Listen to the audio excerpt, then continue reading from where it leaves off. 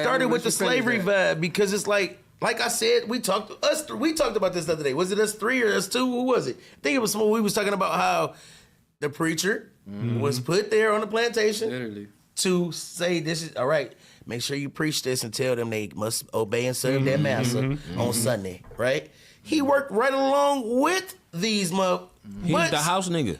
And it's funny that they had the same energy behind their lottery because you don't get their lottery and you know they feel like they're gonna pass out. But it's the same. No, like I'm talking about some of the elders in the church. But when it comes to that like 10%, it's like again, like I think like the childish concept. You really think you get this and it's going up. You know what I mean? Like, come on, like. But that's how they have trained us over the years because you grow up with that belief. You know what I mean? Like you said, like he said about, you know, the free thinkers and stuff like that, going off and finally finding something that you chose on your own.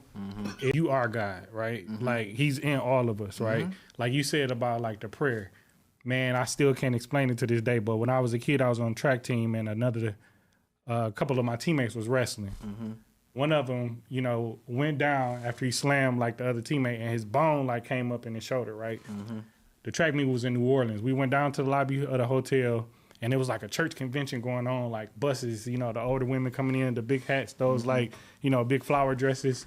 Man, my teammate is like on the couch, you know, rolling around, yelling, screaming. It's like a big scene because like, you know, he just like messed his shoulder up.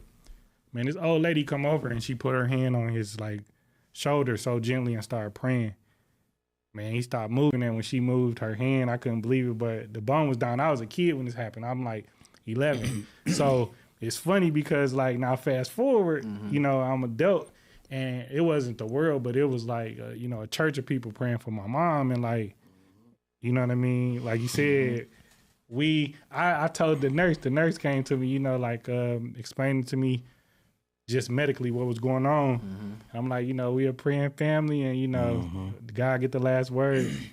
And I mean, the way he looked at me, I didn't understand, but I'm like, dang, you know, this, I'm looking silly, like, cause I'm, you know, believing this and like, you know what I mean? But it's a deep thing, man. It is. That's a deep thing. That's crazy. But like it's not deep. Wisdom.